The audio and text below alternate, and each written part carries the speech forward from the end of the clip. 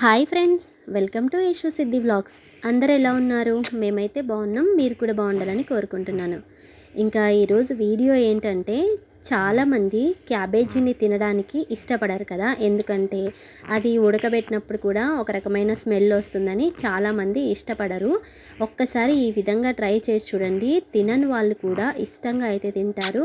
చపాతీలోకైనా రైస్లోకైనా చాలా టేస్టీగా ఉంటుంది. సింపుల్గా ఈజీగా ప్రిపేర్ చేసుకోవచ్చు. ఇంకా లేట్ చేయకుండా ప్రాసెస్ స్టార్ట్ చేసేద్దాం.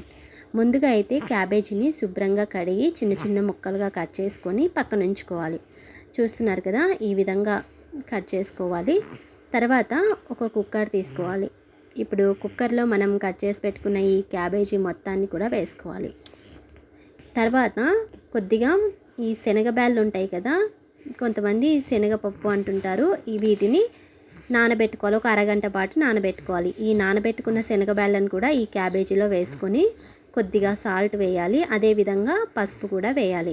ఇలా పసుపు వేయటం వల్ల ఈ క్యాబేజీ అనేది స్మెల్ రాకుండా మంచిగా ఉంటుందన్నమాట. ఇప్పుడు కొద్దిగా వాటర్ పోసుకొని కుక్కర్ మూత పెట్టేసి స్టవ్ ఆన్ చేసి ఫ్లేమ్ని మీడియంలోనే ఉంచి ఒక 2 విజిల్స్ వచ్చే వరకు ఉడికించుకోవాలి.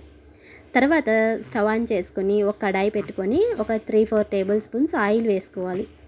ఆయిల్ వేడైన తర్వాత ఒక ఎండుమిర్చిని కట్ చేసుకొని వేసుకోవాలి. తర్వాత ఇందులోనే తాలింపు గింజలు కూడా వేసుకోవాలి. అంటే ఆవాలు, జీలకర్ర, పచ్చిశనగపప్పు, శనగబ్యాళ్ళు, మినపప్పు ఉంటాయి కదా, ఇవన్నీ వేసుకోవాలి. తర్వాత కట్ చేసి పెట్టుకున్న ఒక పచ్చిమిర్చిని కూడా వేసుకోవాలి. అలాగే కట్ చేసి పెట్టుకున్న ఆనియన్, టమాటో, కొద్దిగా కరివేపాకును కూడా వేసుకోవాలి. ఇప్పుడు కొద్దిగా సాల్ట్ కూడా వేసి మొత్తం కలపాలి. అదేవిధంగా కొద్దిగా అల్లం వెల్లుల్లి పేస్ట్ను కూడా వేసుకొని ఈ అల్లం వెల్లుల్లి పేస్ట్ పచ్చి వాసన పోయే వరకు, ఈ ఆనియన్ ఇవన్నీ కూడా ఫ్రై అయ్యే వరకు ఉడికించుకోవాలి.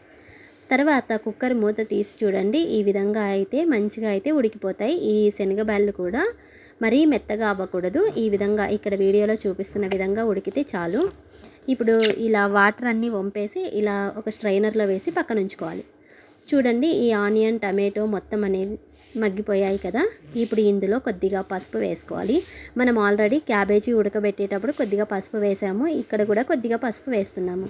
తర్వాత ధనియాల పొడి, అదేవిధంగా కొద్దిగా జీలకర్ర పొడి, రుచికి సరిపోయేంత ఉప్పు, కారము, అదేవిధంగా ఎండు కొబ్బరి పొడి, కొద్దిగా కొత్తిమీరను కూడా వేసి మొత్తం ఒకసారి కలిపి 2 నిమిషాల పాటు ఫ్రై చేయాలి. ఇలా ఈ కారం మొత్తం కూడా ఫ్రై అయిన తర్వాత మనం ముందుగా ఉడికించి పెట్టుకున్న ఈ క్యాబేజీని కూడా ఇందులో వేయాలి. ఇప్పుడు కొద్దిగా సాల్ట్ని వేసుకోవాలి. మీరు మీ టేస్ట్కి సరిపోయేటట్లు సాల్ట్ అయితే వేసుకోండి. ఇప్పుడు మొత్తం కలిపేసుకోవాలి. చూస్తున్నారు కదా, ఈ విధంగా కలిపేసుకోవడమేనండి. మీరు కావాలంటే ఇప్పుడు కొద్దిగా కొత్తిమీరను కూడా వేసుకోవచ్చు. ఇందాక మనం కొద్దిగా కొత్తిమీర వేసాం కదా, ఇక్కడైనా వేసుకోవచ్చు. అంతేనండి, ఎంతో సింపుల్గా టేస్టీగా అయితే ఈ క్యాబేజీ శనగబ్యాళ్ళ కర్రీ అయితే రెడీ అయిపోయింది. చపాతీలోకైనా రైస్లోకైనా చాలా టేస్టీగా ఉంటుంది. తప్పకుండా ఒకసారి ట్రై చేసి ఎలా వచ్చిందో కామెంట్ చేయండి. ఎవరైనా మన వీడియోస్ని ఫస్ట్ టైం చూస్తున్నట్లయితే వీడియోకి లైక్ చేసి ఛానల్ సబ్స్క్రైబ్ చేసుకోండి. Okay friends, thank you, bye bye.